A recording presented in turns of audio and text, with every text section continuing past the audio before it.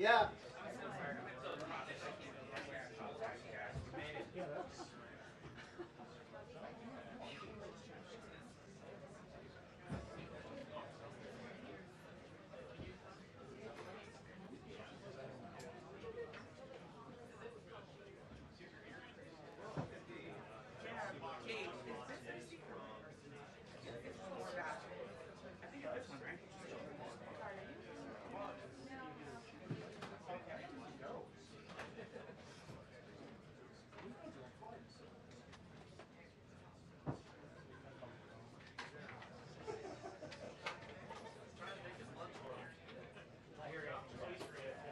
No dressing on my towel. He said, I sit on the side. He said, I'm not answering.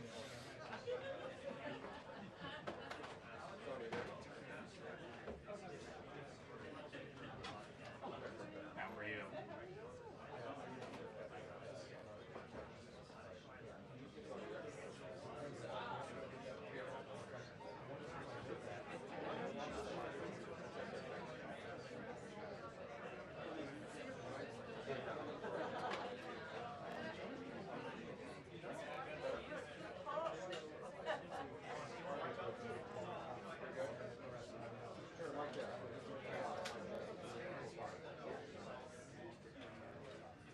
Yeah, it says this 1, 2, 3, 4, 5. There's 10 a.m. here on Monday.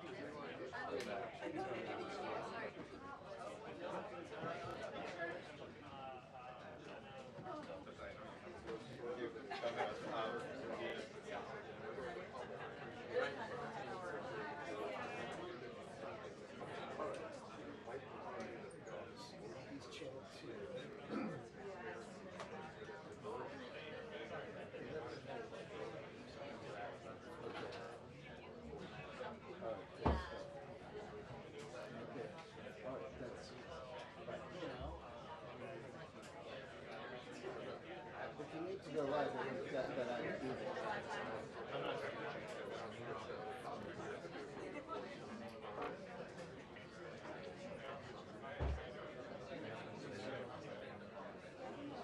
Can you meet where you guys do?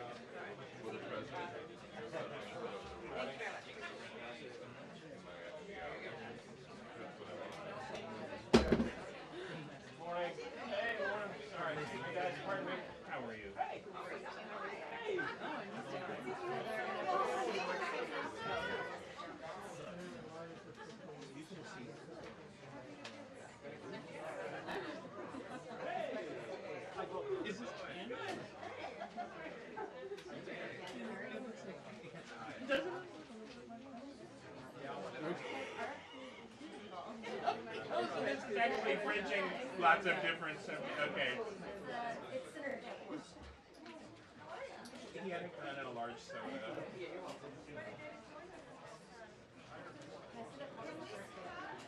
It's just the Okay. There's like nothing really.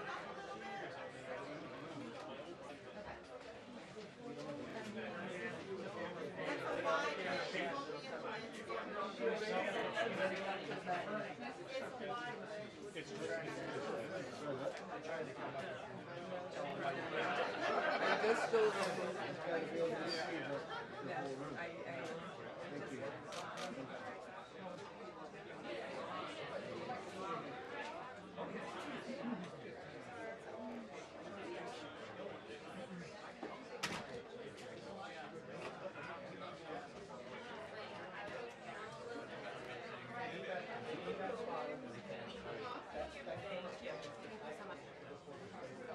Like 10 more copies. Does anyone else need them? Pass them back. Pass back? Yeah. Thanks. No one held them all.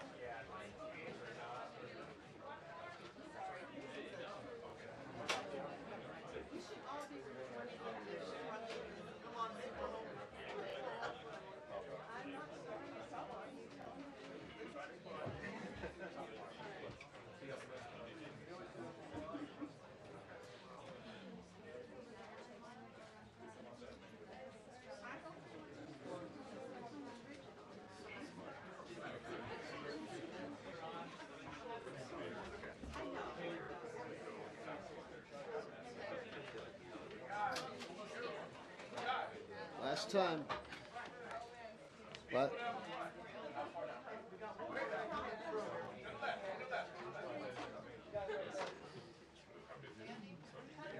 Everybody good?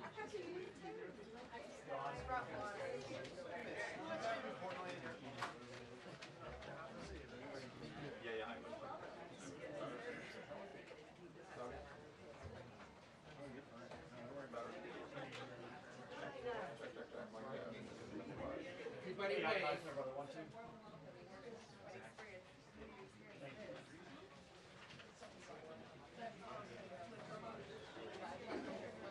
Hey Ed, how you doing this morning? Good morning. You're smiling. Might as well. Anyone join this world, Ed? Yeah. Yes. Give our preference on life.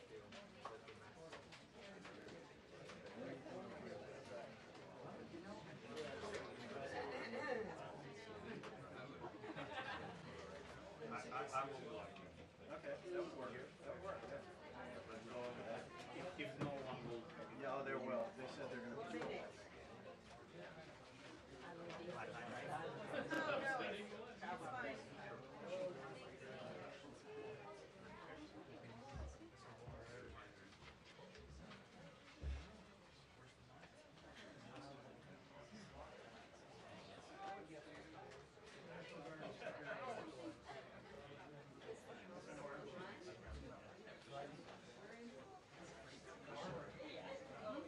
National Guard armory.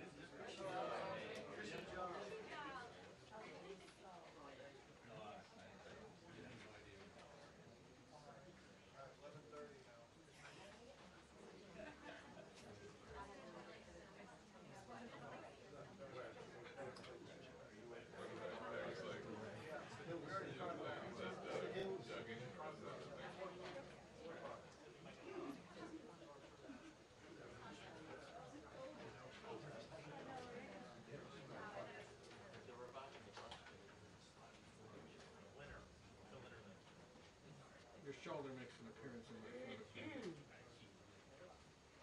Dana and Bill, good morning to you once again. You're right, this issue will be front and center when the president arrives here in the press briefing room in the next few minutes. You can imagine quite the crowd in here. A lot of focus, of course, will be the president's comments on his plan and his words to tackle a crime rate here in D.C. that he believes is unacceptable.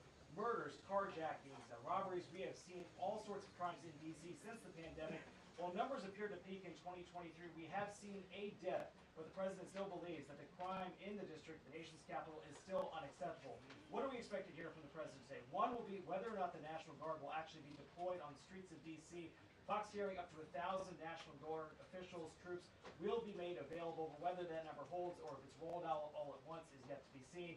Over the weekend, we saw a number of federal law enforcement agencies, ICBP, FBI, ATF, out on the streets with DC Metro Police, also looking into what's happening on a daily basis. Just over the weekend in Navy Yard, it's a beautiful part of DC, right near where the Washington Nationals play. We saw a fight break out, lots of teenagers, gunshots, and from that we also saw the city impose a juvenile curfew because so much of the focus data has been on the younger offenders in the district and whether or not the penalties have been too light for those people 14, 15, 16 who may be committing crimes. I remember we saw a number of carjackings from the last 2 years or so where it was shocking to find out that it would be a 14 or 15-year-old that would rob somebody at gunpoint and, of course, make off with the vehicle as well. We know that the new U.S. Attorney for D.C. has also been urging the City Council to come in and stiffen some of those penalties. But one of the biggest questions also will be about whether or not the President will have such authority to do what he's likely to unveil here. The White House already giving out a fact sheet of what they say is some of the arrests that were made over the weekend with the help of additional federal law enforcement sources. But one of the other questions would be whether or not we see Congress try to rein in some of D.C.'s self-governing authority that dates back several decades. It's something that Republicans up on the Hill have talked about for a long time, but may not have had the votes to do just that. D.C. has a Democratic mayor, Muriel Bowser, who had been critical of Trump in the past, especially after what happened in early of 2021. But since then, they seem to have found somewhat of a working relationship. She was on another network over the weekend in which she said that the president would be in his authority to send the National Guard out to help with D.C. police, to help with law enforcement. But we've also heard from other D.C. officials, including the sole delegate of D.C. up on Capitol Hill, who believes she does not believe the president has such authority. So obviously the focus will be on what the president is able to implement, what kind of time frame he's looking at. The White House putting out this fact sheet, basically comparing the murder rate of D.C. to other world capitals, looking at Colombia, looking at London, and whether or not those numbers would be acceptable. There's been a lot of talk also about crime this year compared to years past. D.C. police, as well as the mayor's office, has been trying to point that crime is still down from what they saw just a few years ago, but crime before the pandemic still a major issue. And like we talked about the incidents over the weekend, it is still everywhere, whether you're even just leaving the White House, going up in the National Mall area, 8th Street corridor. If you've been to D.C., there is a lot of this area that is absolutely still under a concern for D.C. police. There's also been a question about resources, how many officers left the force after the pandemic. Dana, we'll see if the president weighs in on this, as well as his upcoming summit with Russian President Vladimir Putin on Friday. Dana.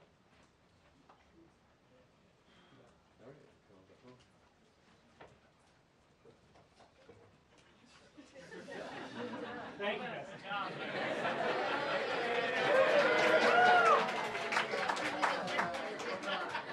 All right, Gabe, no pressure.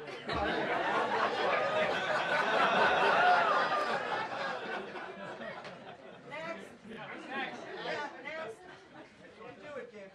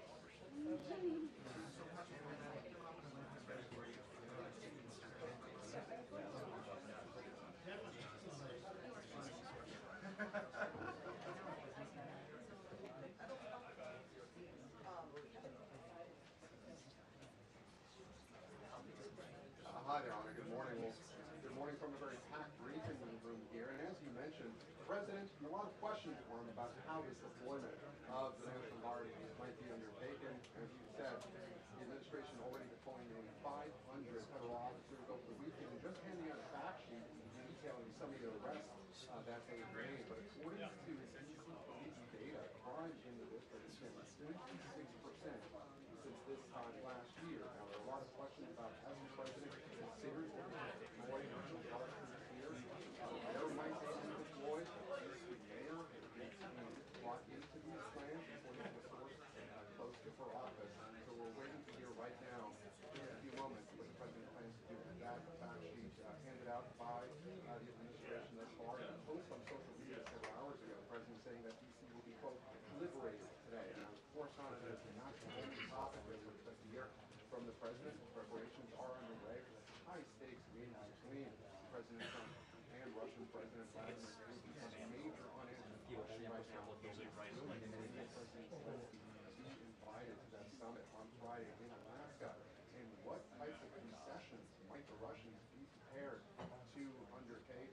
The President suggesting that Ukraine might have to cede some territory. Of course, that is something that the Ukrainians have long said that they would not be willing to do. So that, along with many other questions on the war and all that, and also reaction to the judge's ruling yesterday.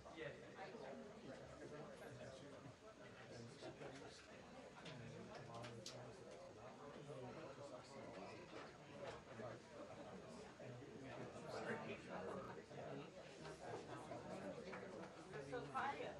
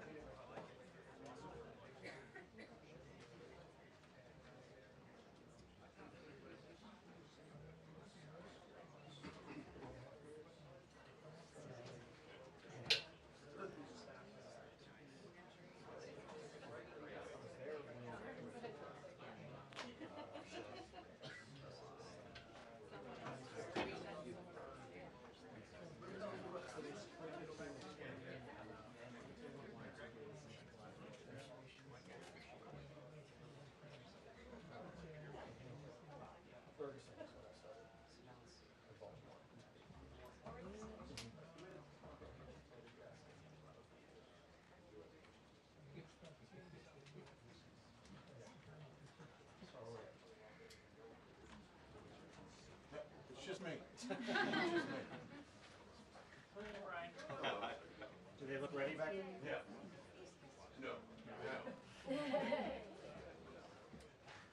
I'll get down there. The camera pan. I'm gonna be swinging to cover the whole room. I got you. Get the scissors. Yeah, I will. They're not, it's not gonna.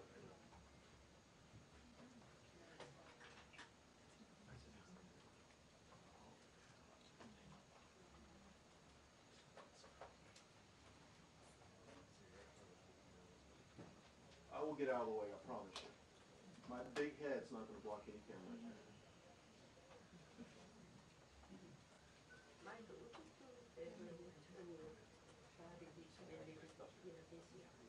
Thank you.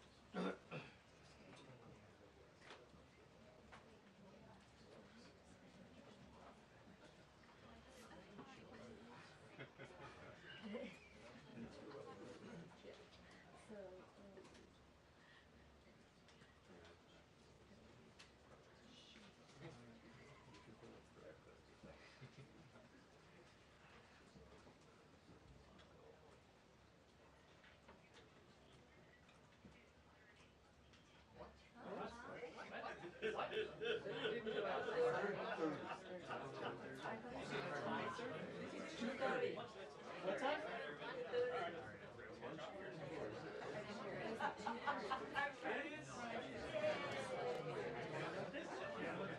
I'm sure. Man of the people.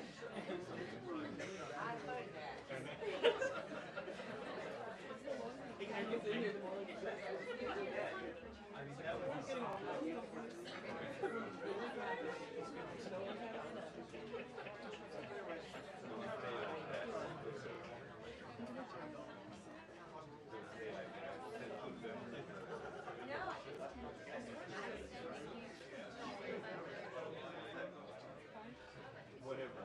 It sounded right.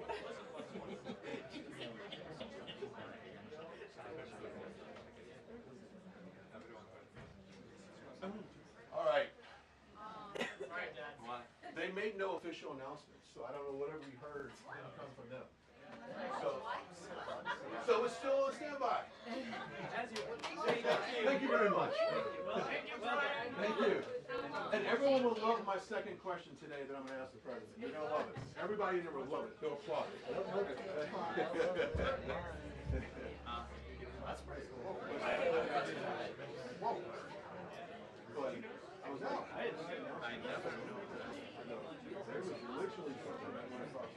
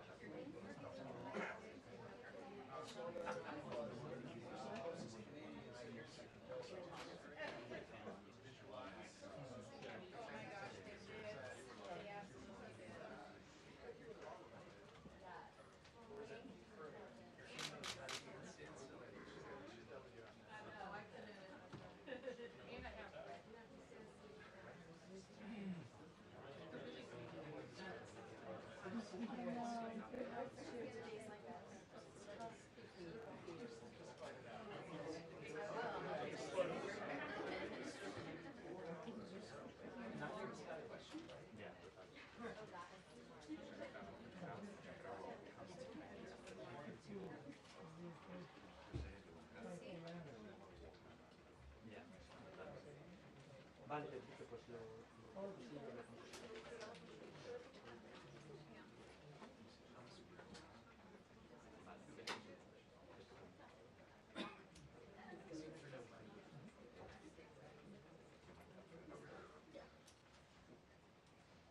sí,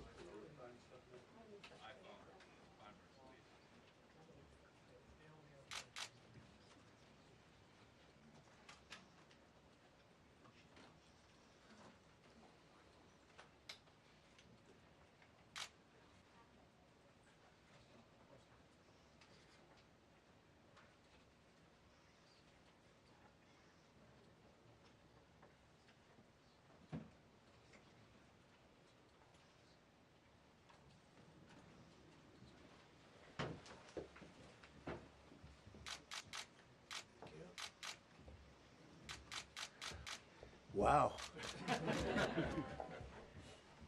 I've been up here a lot. I've never seen a crowd like this. I think we need a ballroom, and that's happening. It's going to be a beautiful ballroom. This is really a lot of people, most I've ever seen in this room. And we're here for a very serious purpose, very serious purpose. Something's out of control, but we're going to put it in control very quickly like we did on the southern border. I'm announcing a historic action to rescue our nation's capital from crime, bloodshed, bedlam, and squalor, and worse. This is Liberation Day in D.C., and we're going to take our capital back. We're taking it back. Under the authorities vested in me as the President of the United States, I'm officially invoking Section 740 of the District of Columbia Home Rule Act. You know what that is? And placing the D.C. Metropolitan Police Department under direct federal control, and you'll be meeting the people that will be directly involved with that. Very good people, but they're tough, and they know what's happening. They've done it before. In addition, I'm deploying the National Guard to help reestablish law, order, and public safety in Washington, D.C., and they're going to be allowed to do their job properly. And you people are victims of it, too. You know, you're reporters, and I understand a lot of you tend to be on the liberal side, but you don't want to get mugged and raped and shot and killed. And you all know people and friends of yours that happened. And so you can be anything you want, but you want to have safety in the streets. You want to be able to leave your apartment or your house where you live and feel safe and go into a store to buy a newspaper or buy something. And you don't have that now. The murder rate in Washington today is higher than that of Bogota, Colombia, Mexico City, some of the places that you hear about as being the worst places on earth, much higher. This is much higher. The number of car thefts has doubled over the past 5 years, and the number of carjackings has more than tripled. Murders in 2023 reached the highest rate probably ever. They say 25 years, but they don't know what that means because it just goes back 25 years. Can't be worse. Our capital city has been overtaken by violent gangs and bloodthirsty criminals, roving mobs of wild youth, drugged out maniacs and homeless people. And we're not going to let it happen anymore. We're not going to take it. Just like we did on our southern border. Nobody comes through our southern border anymore. 3 months in a row, we had zero. I don't know if that's right, but the people that do the work, it's a very liberal group of people, actually, and they actually said zero for the last 3 months. Nobody thought a thing like that was possible. And, you know, when you take a look at numbers, I just saw some charts. These are different cities throughout the world. Red is, okay, the red is a place called Washington, D.C. Look at these. Baghdad we doubled up on Baghdad. Panama City, Brasilia, San Jose, Costa Rica, Bogota, Colombia, heavy drugs. Mexico City, I mentioned, Lima, Peru, all double and triple what they are. So do you want to live in places like that? I don't think so. I don't think so. And I think the people in this room, if you wrote correctly, you'd see, look at the kind of numbers we have. D.C., 41 per 100,000, number one that we can find anywhere in the world. Other cities are pretty bad, but they're not as bad as that. Is that where you want to live? the reporters of the world, juvenile offenders and crimes against persons, as they say. It's getting worse. Not getting better, it's getting worse. And we had a recent indication. There was a story about a man who was just left. He quit because he was asked to do phony numbers on crime. And we're going to look into that. I think Pam is going to be looking into that. But he was asked by the city, I guess, that we don't want to show the real numbers. Let me do numbers so it looks like it's going down. Not going down. And under Biden, it was a disaster. And nobody did anything about it. We're going to do things about it like you wouldn't believe. Every American has a constitutional right to be able to access and petition their government in safety, and countless federal officials and employees likewise have the right to carry out their jobs in peace without being shot. As you know, I lost a very good person a while ago, was shot waiting for his wife. He was in the car. They robbed his car. They shot him. They killed him like it was nothing to it. She was walking to the car. It's a horror show. This issue directly impacts the functioning of the federal government and is a threat to America, really. It's a threat to our country. We have other cities also that are bad, very bad. You look at Chicago, how bad it is. You look at Los Angeles, how bad it is. We have other cities that are very bad. New York has a problem. And then you have, of course, Baltimore and Oakland. We don't even mention that anymore. They're so far gone. We're not going to let it happen. We're not going to lose our cities over this. And this will go further. We're starting very strongly with D.C., and we're going to clean it up real quick, very quickly, as they say. Days ago, a former member of the DOJ staff was savagely beaten by a band of roving thugs after defending a young woman from an attempted carjacking. He was left dripping in blood. He thought he was dead with a broken nose and concussion. Can't believe that he's alive. He can't believe it. In June, a 21-year-old congressional intern was tragically killed after being hit by a stray bullet in a drive-by shooting. A former Trump administration official named Mike Gill, fantastic person, was murdered last year in cold blood in a carjacking blocks away from the White House. We all knew him. Great person. Waiting for his wife as she was walking to the car. A Democrat congressman was also carjacked at gunpoint not far from the Capitol. And in 2023, an aide to Senator Rand Paul was stabbed in the chest and head by a demented lunatic as he walked down the street, just absolutely for no reason. Horrifically, last July 4th weekend, a 3-year-old girl was shot in the head and killed while sitting in a car near the Capitol. It's becoming a situation of complete and total lawlessness. And we're getting rid of the slums, too. We have slums here. We're getting rid of them. I know it's not politically correct. You'll say, oh, so terrible. No, we're getting rid of the slums where they live. Caravans of mass youth rampage through city streets at all times of the day. There are ATVs, motorbikes. They travel pretty well. Entire neighborhoods are now under emergency curfews. Just this past weekend, gunfire went through, and you saw that, the Navy Yard. I saw it this morning. They saw that they fought back against law. See, they fight back until you knock the hell out of them, because it's the only language they understand. But they fought back against law enforcement last night.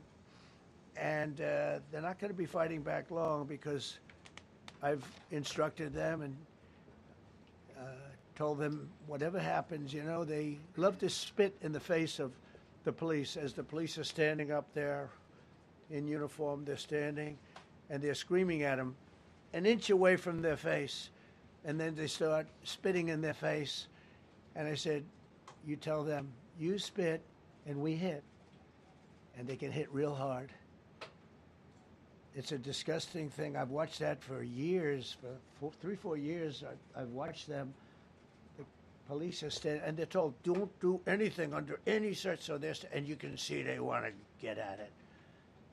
and they're standing there, and people are spitting in their face, and they're not allowed to do anything. But now they are allowed to do whatever the hell they want. This dire public safety crisis stems directly from the abject failures of the city's local leadership. The radical left city council adopted no cash bail. By the way, every place in the country where you have no cash bail is a disaster. That's what started the problem in New York, and they don't change it. They don't want to change it. That's what started it in Chicago. I mean, bad politicians started it, bad leadership started it, but that was the one thing that's central, no cash bail. Somebody murders somebody and they're out on no cash bail before the day is out. We're going to end that in Chicago. We're going to change the statute. I spoke with Pam and Todd and everybody. We're going to change the statute, and I'm going to have to get the Republicans to vote because the Democrats are weak on crime, totally weak on crime. They don't know why. They want to stop because they get mugged too. But we're going to change no cash bail. We're going to change the statute and get rid of some of the other things.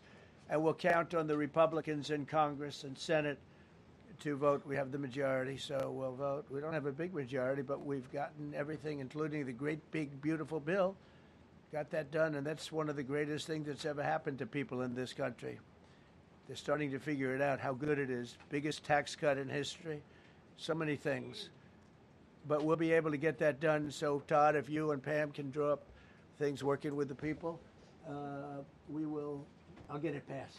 We'll get it passed with the Republicans. Probably won't get, think of this, probably won't get one Democrat vote because they have no idea what they're doing. That's why they want men playing in women's sports. That's why they want transgender for everybody transgender. And they just got walloped in an election, in a landslide, and they haven't changed one thing. I saw the other day the certain gentleman who was a very well-known politician, Democrat, was fighting like hell that men should be allowed to play in women's sport. They just don't get it. They said it's an 80-20 issue, and I think it's a 97-3 issue, and I don't know who the three are. I've never heard anybody nobody's ever come up to me, sir, you have to let men play in women's sports. You have to do it, sir. Nobody's ever approached me. I don't know where this issue even comes from. Never seen anything like it. But they turned our nation's capital into a sanctuary jurisdiction. That's the other thing. We have to get rid of sanctuary cities as quickly as possible. We're going to do it, too. We have to. Because it's sanctuary for criminals. Releasing illegal alien gang members onto the streets in 2022, nearly 70% of criminals arrested in Washington went unprosecuted. That's not going to happen with the group we have standing aside and standing behind me.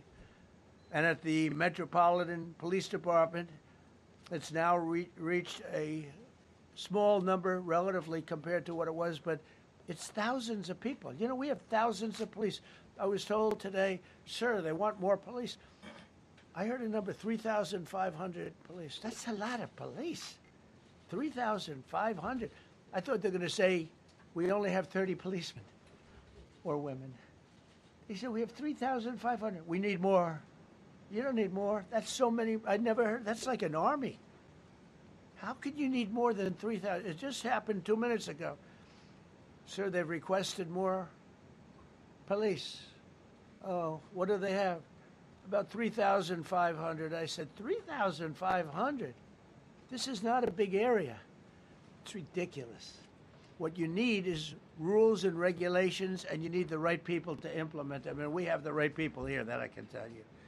Look at the border. Biden said there's nothing you can do. Kamala was the border czar. She never called one of the Border Patrol agents who are great. ICE is great. Never spoke to anybody.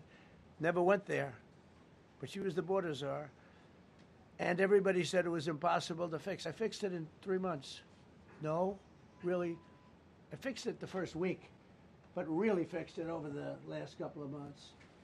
And, I mean, literally to a point where, as I said, 0 illegals entering our country in the last 90 days. Pretty amazing. It's time for dramatic action. We're going to do the same thing over here. It's going to be a very safe city very soon. We're not looking to take years because a lot of people die in years. And we've got incredible people in this country, except we have to allow them to do their job. And that we will deliver like nobody's ever delivered before. I actually think it's easy. You know, if you're competent, it's easy. If you're incompetent, it's impossible. But I'm very competent. Last week, my administration surged 500 federal agents into the district, including from the FBI, ATF, DEA, Park Police, the U.S. Marshal Service, the Secret Service, and the Department of Homeland Security. You know, a lot of nations, they don't have anything like that. They got some police, and they're rough police. They don't have DEA, ATF, FBI, Park Police, the U.S. Marshal Service, Secret Service, Department of Homeland Security. They got some police, but they're rough police, and they do their job. They don't have crime. We're not going to have crime either. They made dozens of arrests, and that's what starts to happen. Again, cashless bail. Watch what we do with that. Today, we're formally declaring a public safety emergency. This is an emergency. This is a tragic emergency. And it's embarrassing for me to be up here. You know, I'm going to see Putin. I'm going to Russia on Friday. I don't like being up here talking about how unsafe and how dirty and disgusting this once beautiful capital was, with graffiti all over the walls. It's another part of it, by the way, because we're talking about safety, but we're also talking about beautification. We have the most beautiful, potentially, capital in the world. We always had. But people come from Iowa, they come from Indiana, they come and then they get mugged. Not going to happen. Keep coming, because by the time you get your trip set, it's going to be safe again, and it's going to be clean very quickly. We're going to replace the medians that are falling down all over the roads. We're going to replace the potholes. We're going to put a nice new coat of asphalt over the top. No, we don't have to rip the road out and spend 7 years building a new road because they cut everything. Because some designer said, well, we need a quarter of an inch more turn for safety reasons. No, we're going to do it right. We're going to get it done quickly. So today we're declaring public safety emergency in the District of Columbia. And Attorney General Pam Bondi, who's fantastic, is taking command of the Metropolitan Police Department as of this moment. And I'll be making the appropriate notifications to Congress and to the mayor, our new DEA administrator, who's one of the top in the country. He better be Terry. If you're not, I'm going to get rid of you so fast. Terry Cole. Terry, thanks. Very good. We just got him, most highly recommended person. And you'll be designated as the interim federal commissioner of the Metropolitan Police Department. Okay?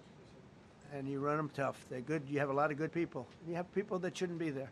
You also have people that shouldn't be there. They got in there because of woke. But you have a lot of great police. And those people are the ones that want to help you. This city will no longer be a sanctuary for illegal alien criminals. We will have full, seamless, integrated cooperation at all levels of law enforcement, and we'll deploy officers across the district with an overwhelming presence. You'll have more police, and you'll be so happy because you'll be safe. When you walk down the street, you're going to see police, or you're going to see FBI agents. We're going to have a lot of agents on the street. You're going to have a lot of essentially military, and we will bring in the military if it's needed. By the way, we're going to have National Guard, but Pete Hegseth will tell you about it. We will bring in the military if needed. People say, "Oh, that's so terrible. He's going to bring in." It's been used many times over the years. I don't think we'll need it. I think we've got so many great people, including the people that are in the police department with proper leadership. They'll immediately begin massive enforcement operations targeting known gangs, drug dealers, and criminal networks to get them the hell off the street, maybe get them out of the country, because a lot of them came into our country illegally. They shouldn't have been allowed in. They come from Venezuela. They come from all over the world. We're going to get them the hell out. They won't be here long. But some of these people, a lot of them, are homegrown criminals. And these are bad people. These are rough people. And this is just a list of some of the people that were given to me today that were criminals removed from the D.C. streets this weekend. They were rough and tough. But we're rougher and tougher. Look at these people here. Nothing, you know. They're not going to be your local school teacher. Look at this guy. He has killed people numerous times. They're not going to be an asset. They will never be an asset to society. I don't care. I know we all want to say, oh, they're going to be rehabbed. It's not going to be rehabbed. I'm going to ask Doug Burgum to come up and say a couple of words because he's in charge, as you know. He's Interior, but he's in charge of the U.S. Park Police. And I've heard so many great things about the Park Police. They're proud of it. They've been there for a long time. Their families oftentimes grow into the roles. They love the country. They love this area. So, Doug, could you say a few words, please? Thank you, Mr. President. On behalf of the U.S. Park Police, this is the oldest federal police force in the nation. They were formed in 1791 by none other than President George Washington. They've got the awesome responsibility of protecting our nation's most sacred monuments. The National Mall, Washington Monument, Jefferson Memorial, Lincoln Memorial, Statue of Liberty, and out west, the Presidio and the Golden Gate area. These folks have tens of millions of visitors a year, the kind of people that President Trump's talking about that come from around the country and around the world to see our sacred and learn about our history and our sacred monuments. They've been doing a fantastic job, but they are so pleased, the rank and file, that President Trump is now allowing them to enforce the law. As those of you that live in the city may know, that the circles and the triangle parks that are spread throughout D.C. are actually federal park property. So the U.S. Park Police also have responsibility for that. These became littered with homeless camps under the Biden administration. All of you saw that. Since President Trump's executive order on March 27th, making D.C. safe and beautiful again, the U.S. Park Police have removed over 70 homeless camps. And President Trump also talked about beautification. They're stopping and enforcing the laws against graffiti on our monuments. They've removed over 80 specific attacks against our history with graffiti on our monuments. So they continue to do a great job, whether it's in their vehicles, on foot, or on the mounted police that you see around the National Mall. And President Trump, they thank you. The rank and file is so happy to be enforcing the law again. Thank you for your leadership. And they're excited about the announcement you're making today. Thank you. Very good. Great job you're doing. Thank you very much. Pete, could you say something about the military, if you would? Well, Mr. President, it's an honor to be here. And at your direction this morning, we've mobilized the D.C. National Guard. It'll be operationalized by the Secretary of the Army, Dan Driscoll, through the D.C. Guard. You will see them flowing into the streets of Washington in the coming week. At your direction as well, sir, there are other units we are prepared to bring in. Other National Guard units, other specialized units. They will be strong, they will be tough, and they will stand with their law enforcement partners. This is nothing new for DOD. As the President noted, at the border, we've got 10,000 troops down there who've been operating in defense cooperation areas, defense zones, where there's zero illegal crossings because of troops on strikers scanning the border. We've been protecting other people's borders for 20 years. It's about time we protect our own. And we're working with ICE and CBP. In Los Angeles, we did the same thing, working with the California National Guard, working with ICE officers. ICE officers deserve to do their job and not be attacked. We will work alongside all D.C. police and federal law enforcement to ensure this city is safe, this city is beautiful. And as I always say about President Trump to the troops, he has their back. And my message to the National Guard and federal law enforcement in Washington is, we have your back as well. Be tough, be strong, we're right behind you. Thank you, Mr. President. I'm going to ask Pam, because she's now, as you heard me say, she's really in charge of a lot of what we're talking about. She's done an incredible job. People are going to start to see the fruits of her labor. And Pam, maybe you could say a few words about what we're talking about here. Sure, President. Let me be crystal clear. Crime in D.C. is ending, and ending today. We are going to use every power we have to fight criminals here. President, thank you for caring about our capital. Families come here every summer. Our museums are free. We have the National Zoo. We have the National Gallery. D.C. should be a place where everyone can come and feel safe. Behind me and to my side, we have some of the best career law enforcement and prosecutors in the country who are ready to take this on. As the President said, Terry Cole is going to be supervising the Metro Police Department. Gaddy Serralta, our U.S. Marshal, is going to be supervising command and control, the entire operation. Our Deputy Attorney General, Todd Blanche, and I will be working with them closely, along with our great FBI Director, Kash Patel. Kash is going to talk to you in a minute about what we did in Virginia recently with Governor Youngkin. Many of you covered that, and it was tremendously successful. Not only that, our secret weapon here in D.C. is U.S. Attorney Jeanine Pirro, one of the toughest prosecutors and a former judge, and she is going to be talking about juvenile crime, how it's out of control here, and what she's going to do to fight back. No more crime rampant in our beautiful capital. No more teenage girls beating a disabled man to death. No more of that. No more drive-bys. We're going to do everything we can. And working with the ATF Director Driscoll and Commander of the Army, we're going to all work together. That's what we all do in this room. We work together. We fight. Do not underestimate one person in this room. We're going to make D.C. beautiful. We're going to make D.C. safe again. One other thing, just at the wharf a few days ago, the area of the wharf, Terry Cole reached out to me, not even nightfall, on the weekend, where so many families in tourists go. A guy's overdosing from fentanyl on a park bench. In the middle of families around, they administer Narcan and saved his life. No more of that. The President of the United States is going to clean up D.C., and we're going to be there to help him, and we're going to be successful. Thank you. Thank you, Pam. Cash, talk about Northern Virginia. Northern Virginia, we had a big success. Thank you, Mr. President. Thank you, Attorney General Bondi, for your leadership, Deputy Attorney General, and the rest of our interagency partners. Mr. President, the following is what happens when you let good cops be cops, and I just want to highlight that before I get into Northern Virginia. This year alone, under President Trump's administration, we've had over 4,000 child victims identified and found. That's a 33% increase from the same time period last year. 33% increase. We've had a seizure of 1,500 kilograms of fentanyl up to this date. That is a 25% increase since the same time period last year. And just to put it in perspective, 1,500 kilograms of fentanyl is enough to kill 115 million Americans. 115 million Americans. Cops are getting after it. The FBI has arrested 19,000 people this year alone. Thanks to President Trump's administrations, that's double than where we were this time last year. And we have also arrested 1,600 people who have committed violent acts against children. 270 of them are human traffickers of children.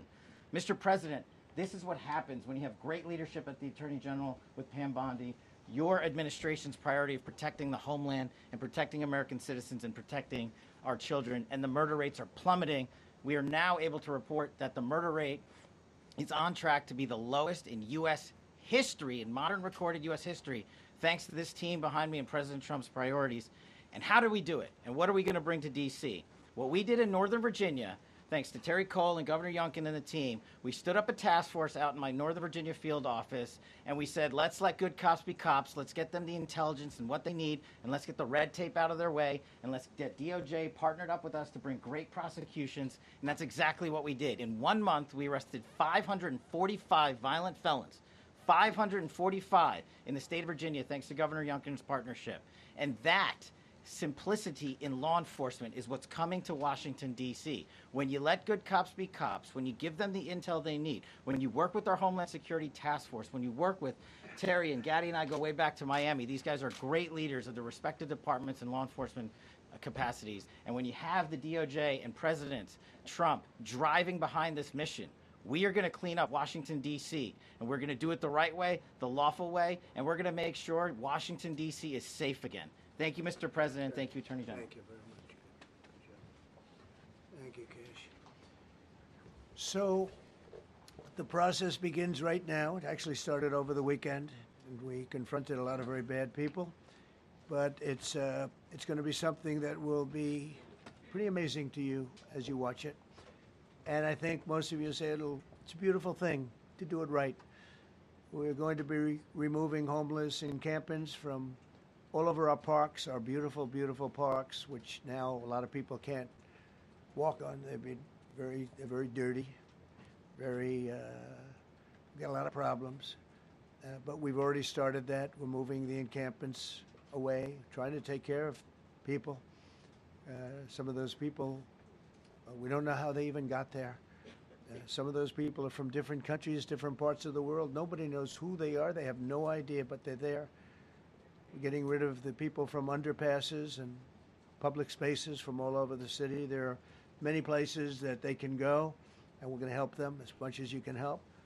But they'll not be allowed to turn our capital into a wasteland for the world to see. The Metropolitan Police Department and the federal authorities will be supported in the effort, a really big effort, the 800 D.C. National Guardsmen that we'll put on, and much more if necessary, much more. You remember I said, I offered 10,000 once. Remember I said to a certain person, person who I thought always was highly overrated, not very competent. But I said, if you need them, we'll give you 10,000 of the military or the National Guard. They turned me down. But if necessary, we're going to move service members directly to joining the Guardsmen. And that'll take place very rapidly, and that'll be done in conjunction with Pam and with Pete and everybody else. Washington, D.C. should be one of the safest, cleanest, and most beautiful cities anywhere in the world. And we're going to make it that. We're going to make it safe. We're going to make it smart. We're going to make it beautiful, so beautiful. Some of the buildings, we're going to add to it. You see what we've done at the White House. White House is a whole different building. I do that in my part-time because it's a natural instinct as a real estate person. I was very good at that, and I was very good at fixing things up. I like fixing things up. You see what's happening. The marble floors are being reinstalled, renovated, fixed. The whole place is becoming very beautiful. We're going to be adding a magnificent ballroom, most beautiful ballroom, I think, anywhere. We need it. I would have certainly loved to have had it today. I think we would have filled it up. A lot of you are standing outside, can't get in this room. I have never seen the room like this, which tells me that you want to talk about, I mean, this was a D.C. news conference. It tells me that you want to talk about crime in D.C. and beautification of D.C., but I'm going to put that's easy. And I think, frankly, fixing the crime with the pros, fixing the crime is easy, too. A person who I've known for a long time, and she's been incredible. She was a fantastic, one of the best ever district attorneys in New York. She was in Westchester, and she became a judge, very successful judge. And then she went into showbiz because she was such a good DA and such a good judge, tough judge, but fair, always fair. Nobody ever complained about that, but she was tough. And because of that and her reputation, she went into showbiz. So a lot of people don't, they think of Janine as showbiz. Actually, showbiz was not her thing. And she did great. She was on, along with a couple of other of my friends, on the #1 show. And she did great. But this is what she loves doing. This is really her baby. What she's going to do is going to be incredible. And I'd like to speak for just a few seconds on what she has in mind, what she wants to do. We're going to be appointing some judges. We have some open spots, and we're going to take people, because the judges are letting killers out. They just say, go, that's okay, don't worry about it. So we're putting some, Pam recommended, Todd recommended, some judges that are great. Janine recommended. Janine's given me 3 great candidates already. We have about 10 open spots, and we can probably create some more. We need them. Janine, would you say a few words, please? Thank you very much, Mr. President, and thank you, Madam Attorney General, and to all my partners here. We all want the same thing. We all want a safe city. We want a safe capital. We want to be able to bring our families here.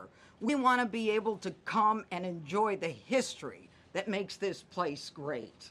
And unfortunately, we are not in that position right now. And Mr. President, I want to thank you for taking the step that we need right now to make criminals understand that they are not going to get away with it anymore.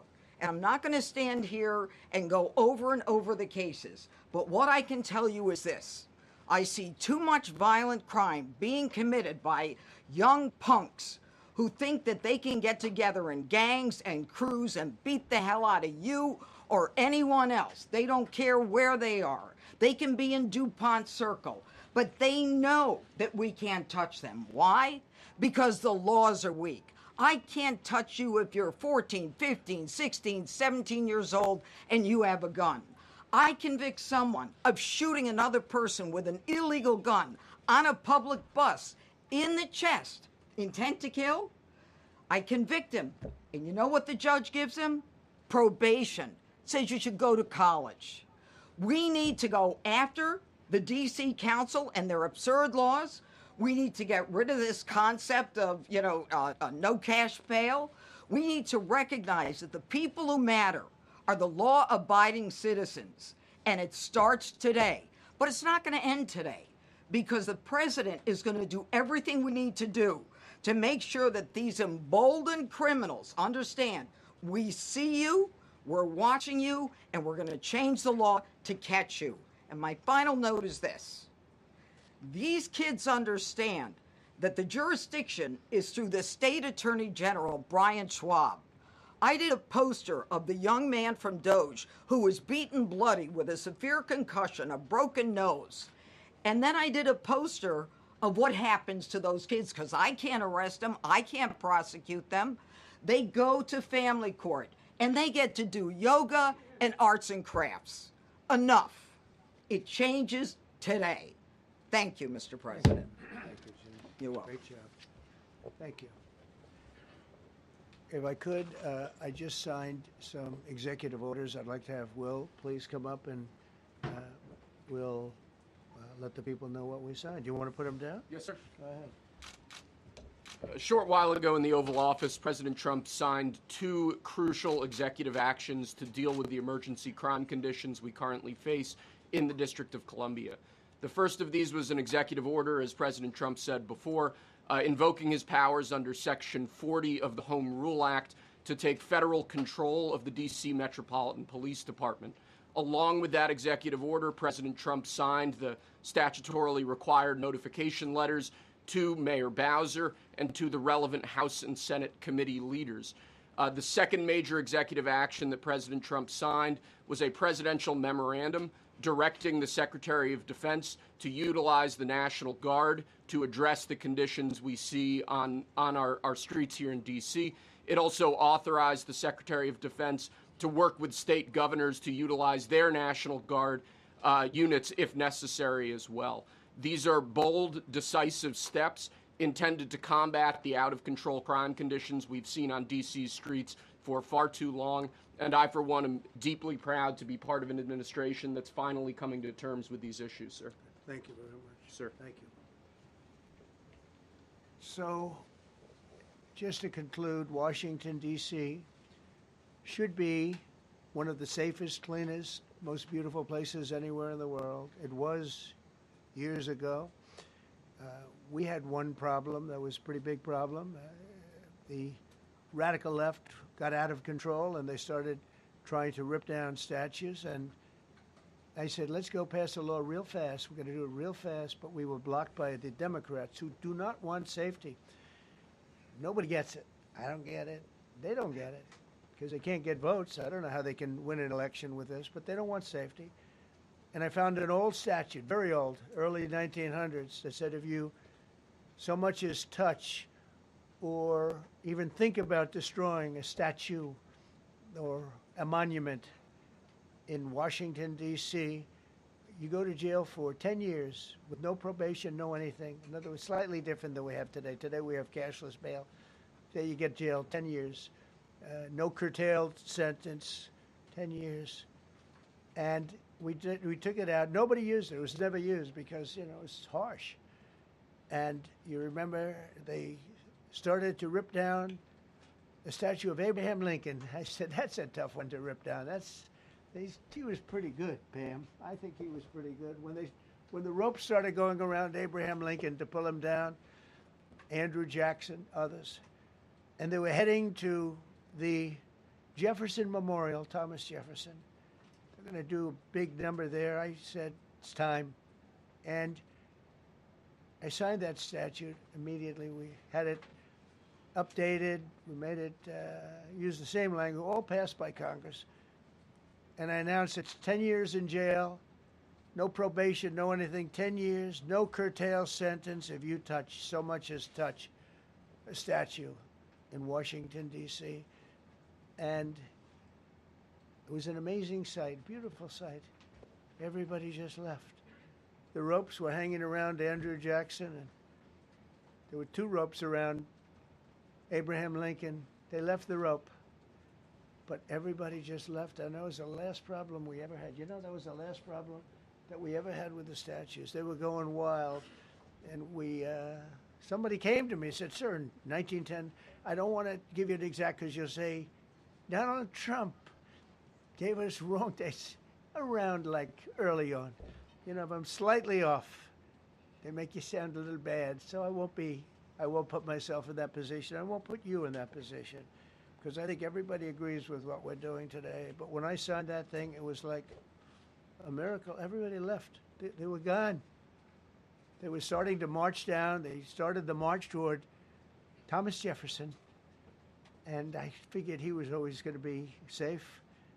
But they found something with him, and they found something with Abraham Lincoln. And even in the name George Washington in California, numerous places changed the name of George Washington High School and various other places. They took George Washington's name. This was a sick, woke culture that I think we've largely ended. And a lot of those people that were woke are now turning out to be the opposite. I won't go so far as to say MAGA. It's a very special category. But they've gotten out of that. But we have people that love this country, and they love this really beautiful capital. It is. I flew over it the other day, and I said, what a beautiful place. But if there's crime all over the streets, when you get there, it doesn't look so beautiful. But we're going to make it beautiful again.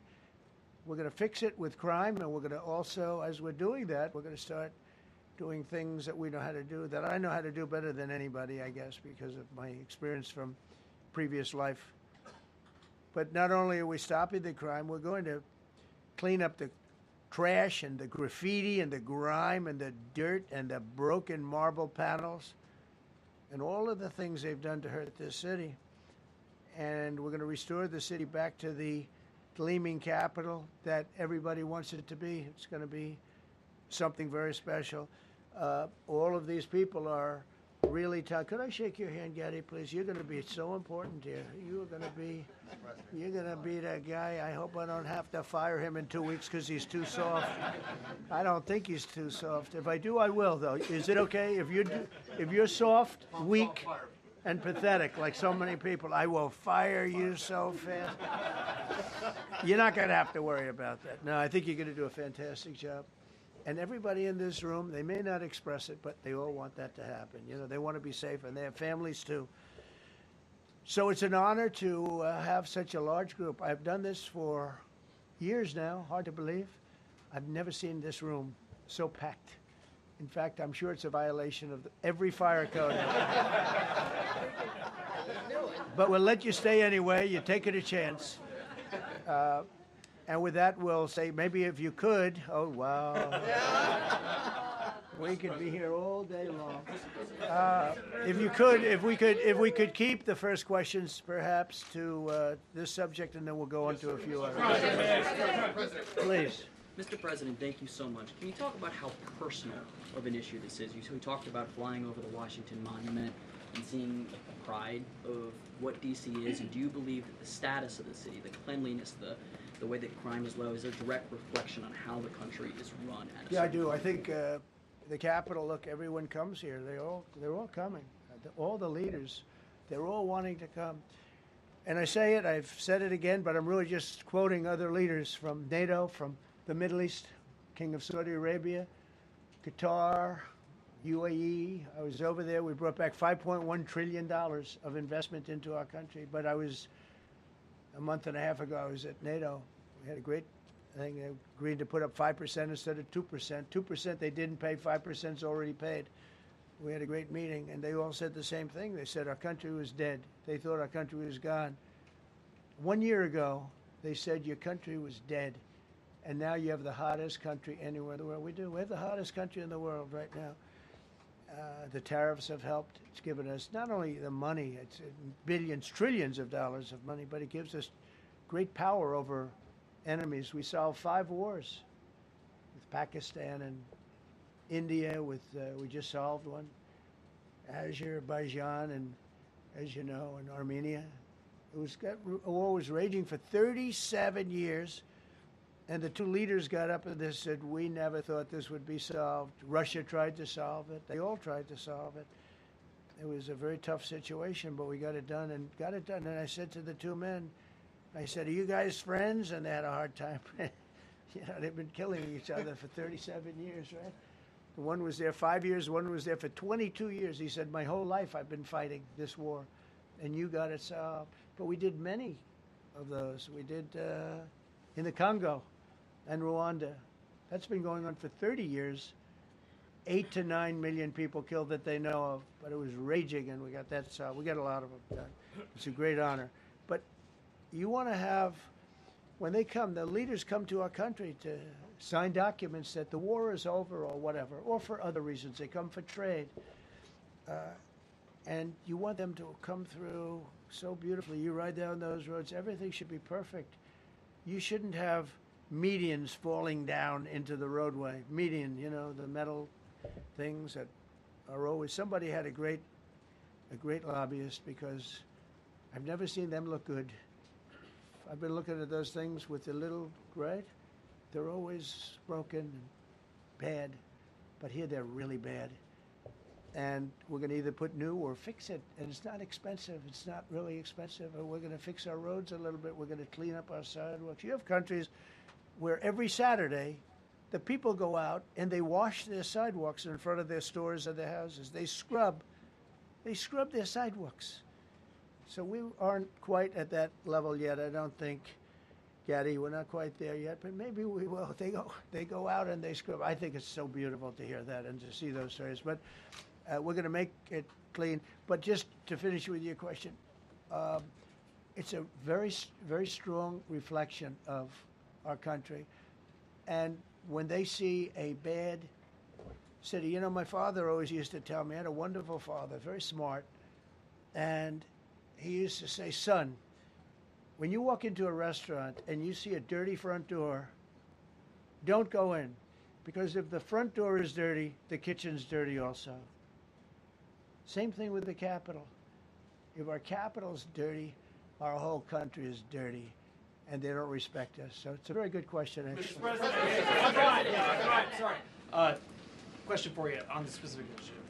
Do you expect more cities to follow DC's path if this goes through? So the idea is that Chicago, LA, San Francisco, would they expect similar action what we've seen in DC?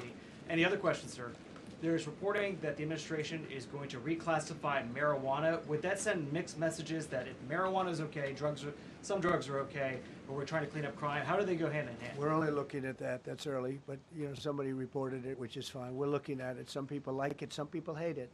Some people hate the whole concept of marijuana because if it does bad for the children, it does bad for people that are older than children. But we're looking at reclassification, and we'll make a determination over the next few weeks.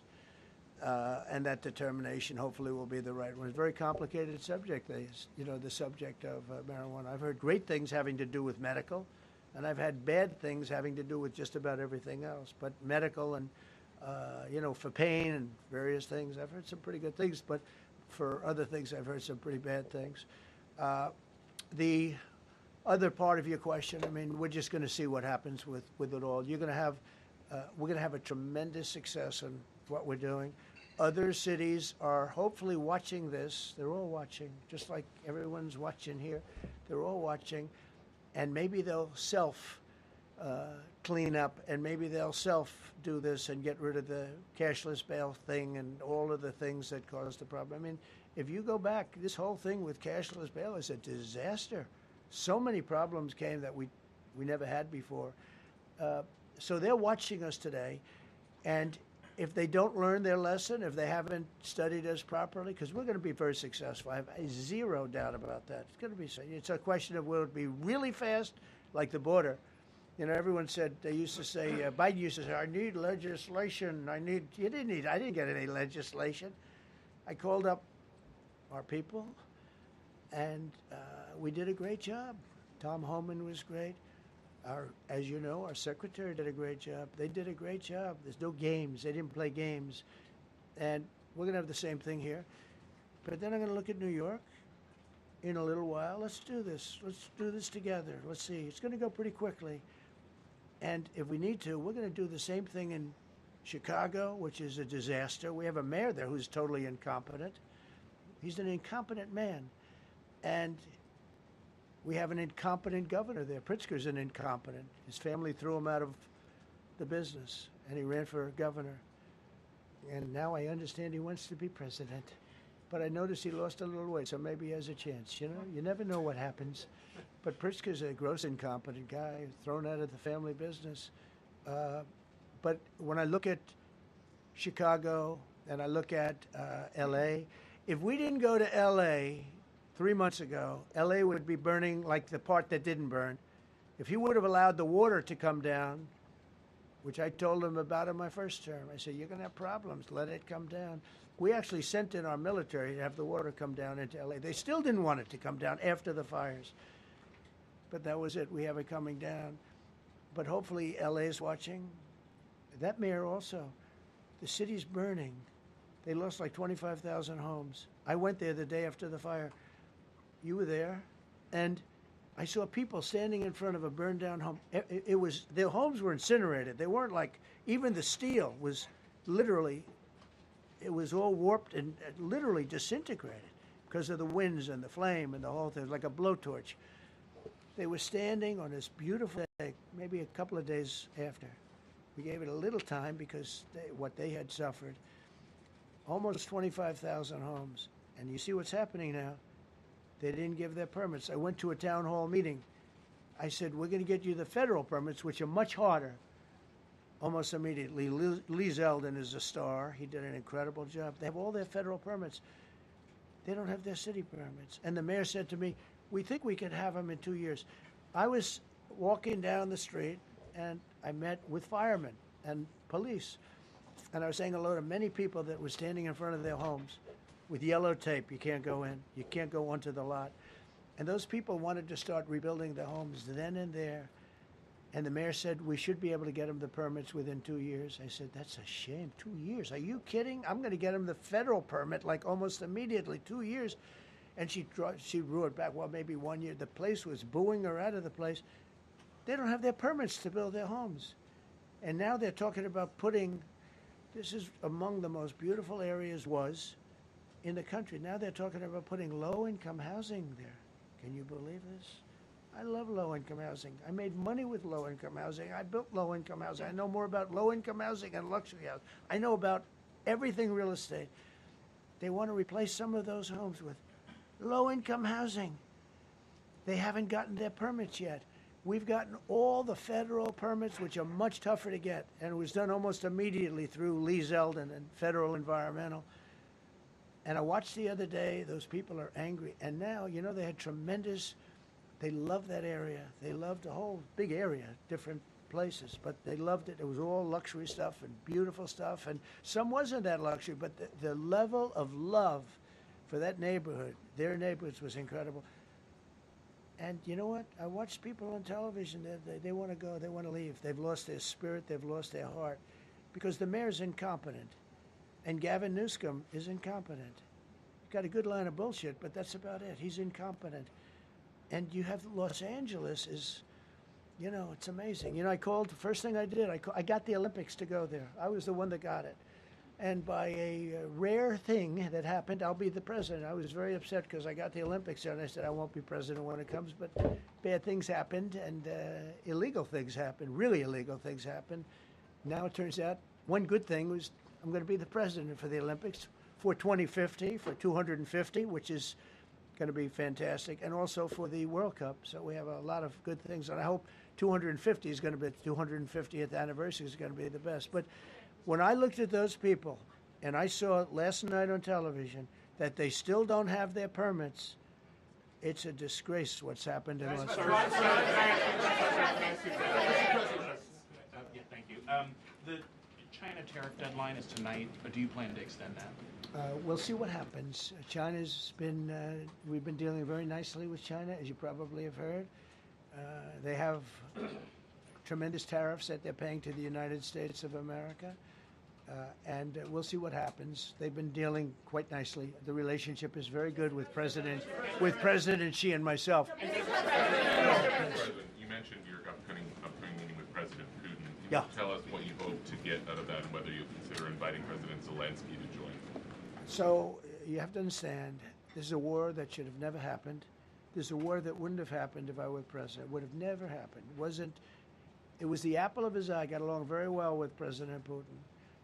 But if you look, under President Bush, they took a lot of territory. Under President Obama, they took a lot of territory. Under Biden, they essentially took the whole thing. You know, it's just a question of time. Under Trump, you know what they took? Nothing. Nothing. I was the one that said, you can't build your pipeline that was half built. I came in, I stopped the pipeline. It's called Nord Stream 2. Nobody knows that, you know. Nobody ever heard of Nord Stream 2. You might have not even heard. Biggest pipeline in the world. I stopped it. I was not a friend of Russia, but I got along well with Putin. It's always good to get along with other countries if possible, but that doesn't mean you roll over like Biden did. Biden came in and he immediately approved the pipeline. I couldn't believe it. Then they say Trump wasn't tough on Russia. I wasn't tough. I was the toughest. Putin said, if you're not tough, I would hate like hell to see you. I stopped the biggest economic development job, the biggest job that Russia had ever built. I stopped it. It was dead. And this low IQ president came in and he let them build a pipeline and supply oil and gas all over Europe, you know. So this is really a feel-out meeting a little bit. And President Putin invited me to get involved. He wants to get involved. I believe he wants to get it over with. Now, I've said that a few times, and I've been disappointed because I'd have like a great call with him, and then missiles would be lobbed into Kiev or some other place, and you'd have 60 people laying on a road dying. I said, that's cold, that's cold. But it's a violent war. 5,000 to 7,000 people a week are dying. And you know, there's nobody from here. They're all Russian and Ukrainian people, and some people from the cities, much smaller number, but still, those missiles do damage and they kill a lot of people, but mostly soldiers. And they're young soldiers, although in the case of Ukraine, they're getting much older. They're drafting 60-year-olds now. It's a terrible thing to witness, and I think I have an obligation. Look, this is Joe Biden's war. This is not my war. I made a deal with NATO a month ago. You covered it very accurately, actually. We don't pay anything anymore. You know, we're not paying anything. They are buying things from us, and NATO is paying us. I got it raised from 2% of GDP to 5%. And they're paying us for everything that we send. We're not paying. But Biden approved $350 billion. Europe has spent $100 billion. The money that's been spent and the death is incredible. It's the worst thing that's happened, by far the worst that's happened since World War II. So I'm going in to speak to Vladimir Putin, and I'm going to be telling him, you got to end this war. You got to end it. And he wasn't going to mess with me. This war would have never happened. You know, we had a discussion about it one time, and we never had that discussion again. Would have never happened. And when the election was rigged, and then Biden took office, which was barely took office. The auto pen took office. Bad things started happening. Bad things, stupid things were said. And it ended up in a war. And you know, and I don't believe this will happen anymore because I have that pretty well covered. This could end up in a third world war. This could have been a third world war. I don't think that's going to happen now. But I thought it was very respectful that the president of Russia is coming to our country as opposed to us going to his country or even a third party place. But I think we'll have constructive conversations. Then after that meeting, immediately, maybe as I'm flying out, maybe as I'm leaving the room, I'll be calling the European leaders who I get along with very well. And, you know, I have a great relationship, I think, with all of them. And I get along with Zelensky, but, you know, I disagree with what he's done. Very, very severely disagree. This is a war that should have never happened, wouldn't have happened.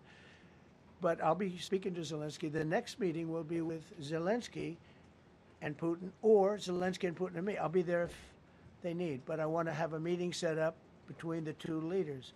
I was a little bothered by the fact that Zelensky was saying, well, I have to get constitutional approval. I mean, he's got approval to go into war and kill everybody, but he needs approval to do a land swap, because there'll be some land swapping going on. I know that through Russia and through conversations with everybody, to the good, for the good of Ukraine. Good stuff, not bad stuff. Also, some bad stuff for both. So there's good and there's bad. But it's very complex because you have lines that are very uneven, and there'll be some swapping, there'll be some changes in land, and the word that they will use is, they make changes. We're going to change the lines, the battle lines. Russia's occupied a big portion of Ukraine. They've occupied some very prime territory. We're going to try and get some of that territory back for Ukraine. But they've taken some very prime territory. They've taken largely ocean, in real estate we call it oceanfront property. That's always the most valuable property. If you're in a lake, a river, or an ocean, it's always the best property. Well, Ukraine, a lot of people don't know that Ukraine was largely 1,000 miles of ocean. That's gone. Other than one small area, Odessa, it's a small area. There's just a little bit of water left. So I'm going to go and see the parameters. Now, I may leave and say, good luck, and that'll be the end. I may say this is not going to be settled. I mean, there are those that believe that Putin wanted all of Ukraine. I happen to be one of them, by the way. I think if it weren't for me, he would not be even talking to anybody else right now. But I'm going to meet with him. We're going to see what the parameters are. I'm then going to call up President Zelensky and the European leaders right after the meeting, yeah. And I'm going to tell them what kind of a deal. I'm not going to make a deal. It's not up to me to make a deal. I think a deal should be made for both. I think Russia has to get back into building their country. It's a massive country. I think they have 11 time zones, if you can believe it. It's a massive, it's by far, from the standpoint of land, it's by far the largest.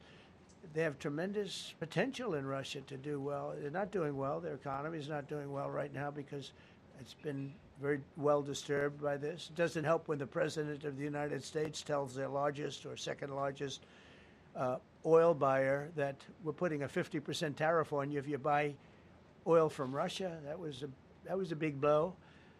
And then they say, gee, he wasn't so tough. Nobody else would have done that. And I haven't stopped there. I mean, look, I was all set to do things far bigger than that, but I got a call that they'd like to meet, and I'm going to see what they want to meet about. I'd like to see a ceasefire.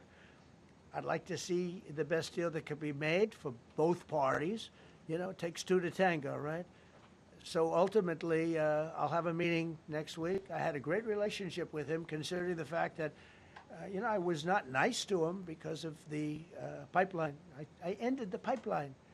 I also gave the javelins. Do you ever hear of a javelin? Javelin is called a tank buster. They say that Obama gave them sheets and I gave them javelins. If it weren't for me, all those tanks that were destroyed at the first days of the war because the tanks got stuck in the mud, some commander made a better. They would have been in Kiev in 4 hours going down the highway. But a Russian general made a brilliant decision to go through the farmland instead. And they just had torrential rains, and the rains were so bad, and it was mud, and those tanks got stuck in the mud.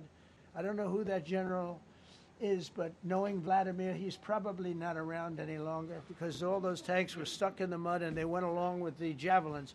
I gave them the javelins. You know that, right? I gave them javelins. They gave them sheets. But I'm going to meet with President Putin, and we're going to see what he has in mind.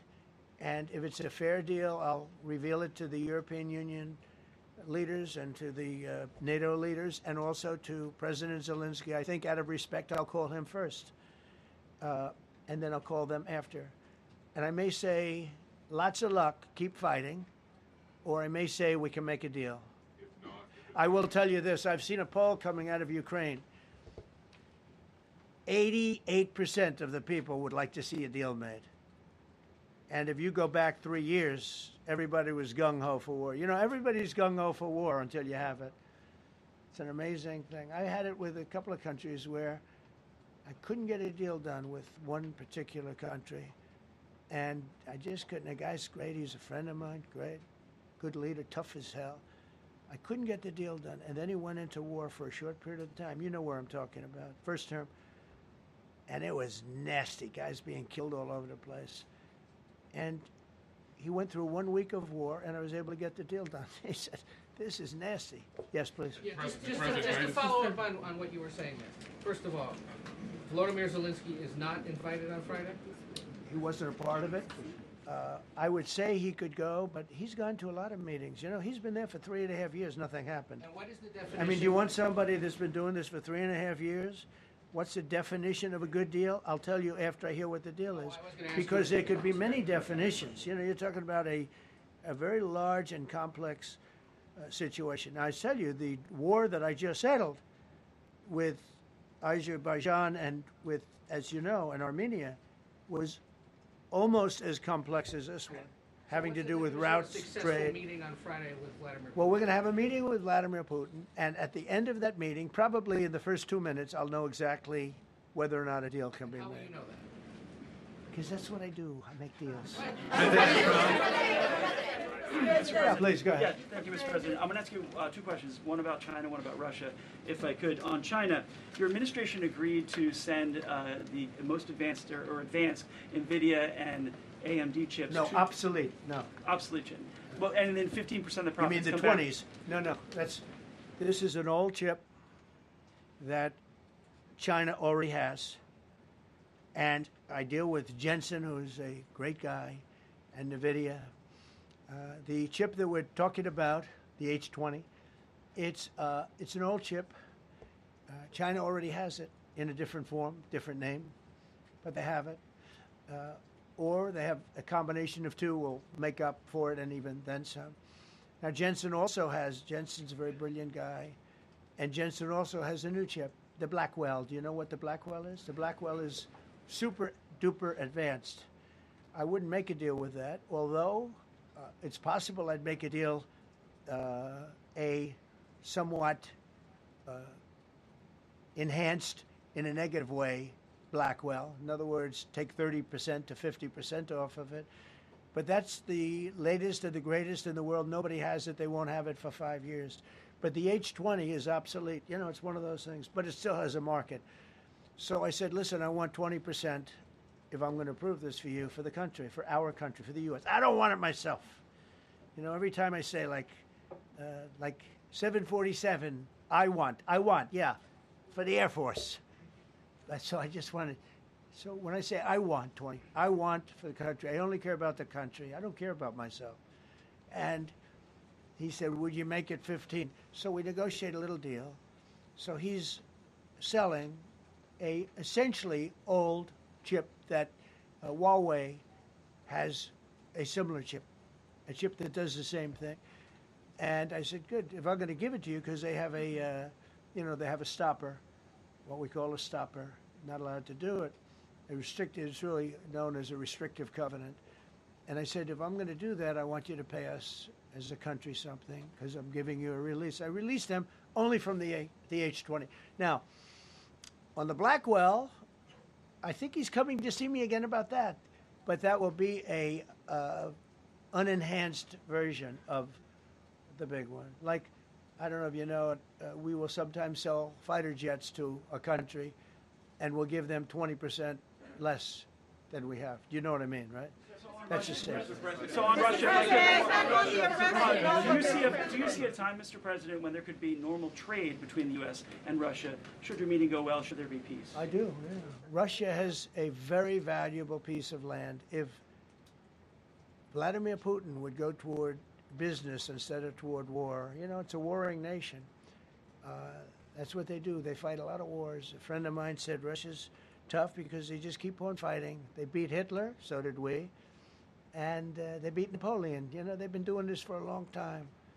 I asked a question to a very, very smart man that some people like and some people don't like.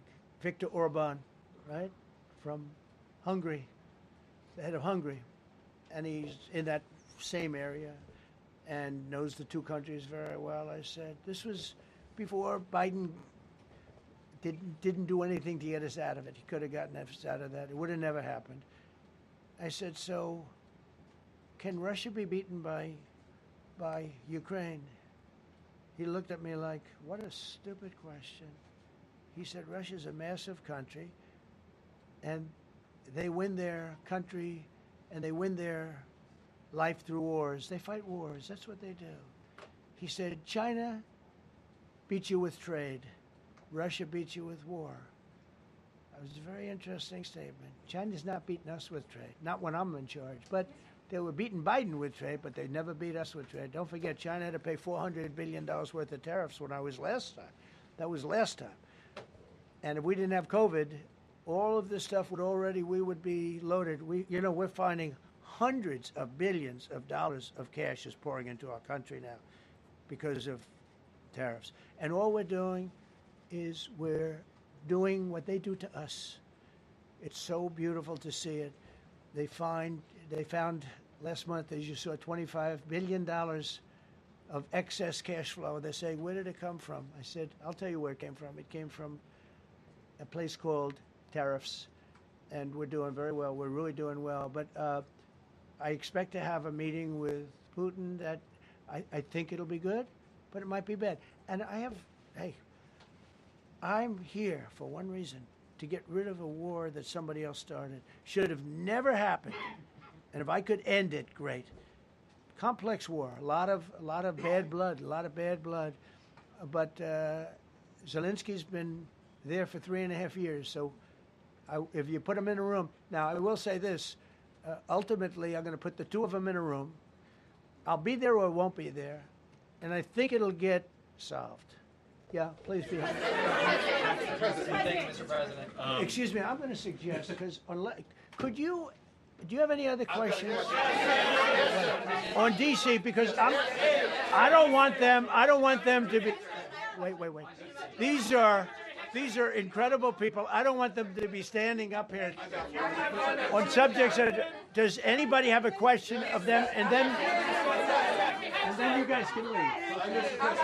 Okay, a question, Brian. Go ahead. Thank you, Mr. President. All right.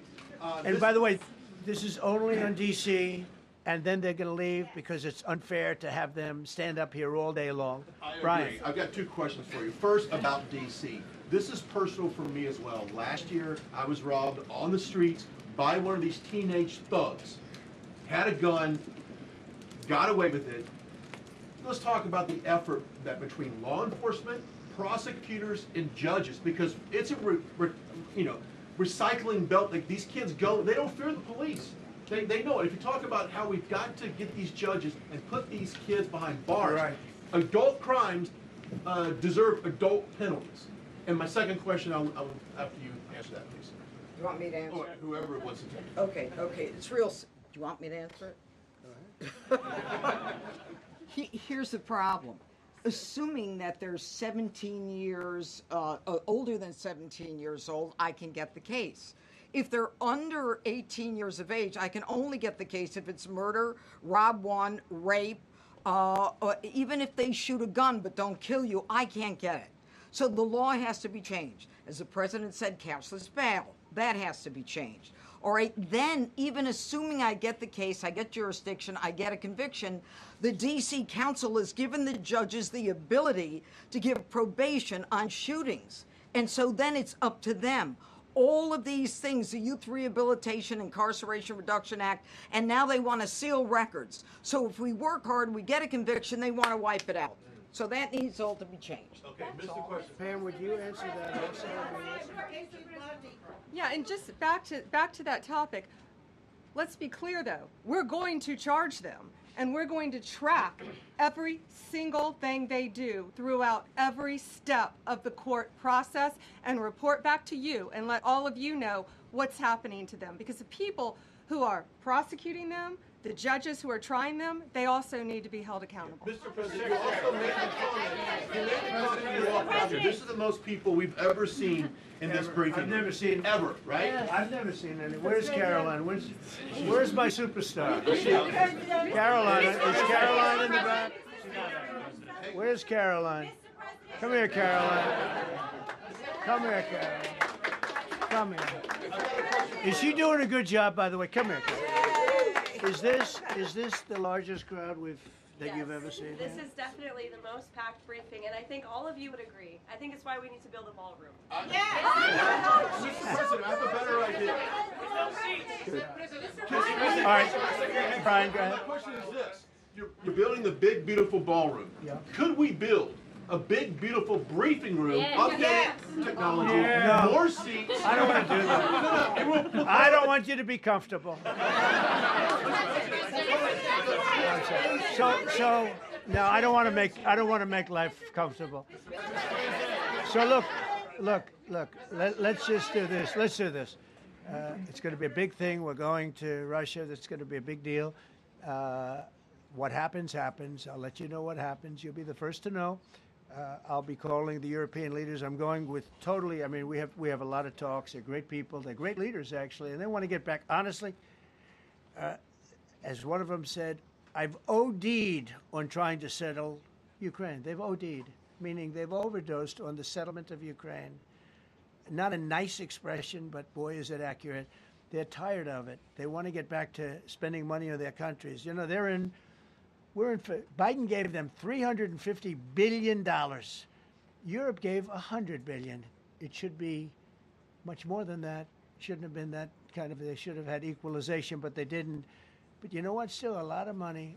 They want to get back to building their own countries. They really want it resolved. My relationship with the European leaders, as you saw, is extremely good. It's perfect. It's beautiful. Wait. And we're going to try. I'll be in touch with them. I have 5 of them call me. You think it's easy? There are a lot of European leaders, but they rely on me. Very much rely on me. If it wasn't for me, this thing would never get solved until the last person breathing is dead. Mr. President. Yeah, I did. I'm talking to them right Mr. now. President. So I'm talking to the European leaders. I'll be talking to President Zelensky. I'm going to get everybody's ideas. I go into that thing fully loaded right up there, and we're going to see what happens. Now, I think one of 2 things is going to happen. It's going to be a good meeting, and we'll go a step further. We'll get it done. I'd like to see a ceasefire very, very quickly. Very quick. I'd like to see it immediately, but I'd like to see it very quickly. And we're going to be dealing with the European leaders, and we're going to be dealing with President Zelensky, and hopefully we're going to have a great success. As far as this, what we did today, and I think you were here for D.C. more so than even Russia, because Russia will be, we have a couple of days to go, but the Russia is going to be very interesting. But to me, what is very exciting, and we're going to take back our capital. We're going to make it beautiful again, but we're going to make it, more importantly, safe again. It's going to be so safe. It's going to be a model. And then we'll look at other cities also. But other cities are studying what we're doing. And you have some capable people in other cities. They can do it too. But we have a great group of professionals. We're going to have a safe, beautiful capital, and it's going to happen very quickly. Thank you all. Thank you all very much.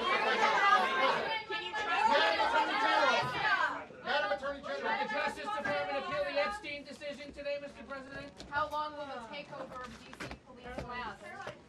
We'll see you guys tomorrow. We'll have another briefing. We'll see the National Guard on their streets. All of them. Will we get more persons out of this, sir?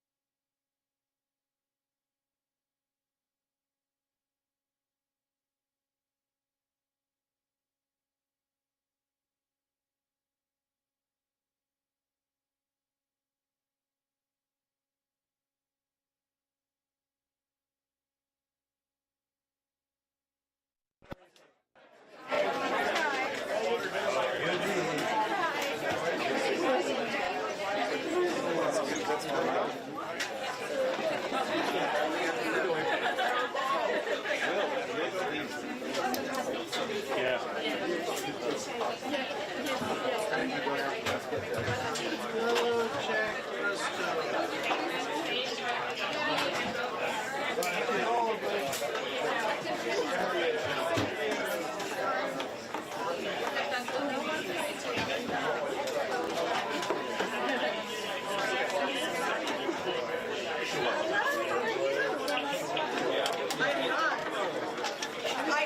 know. I'm going to sneeze today. How you doing, man? Let's go, man. How you doing? Just good.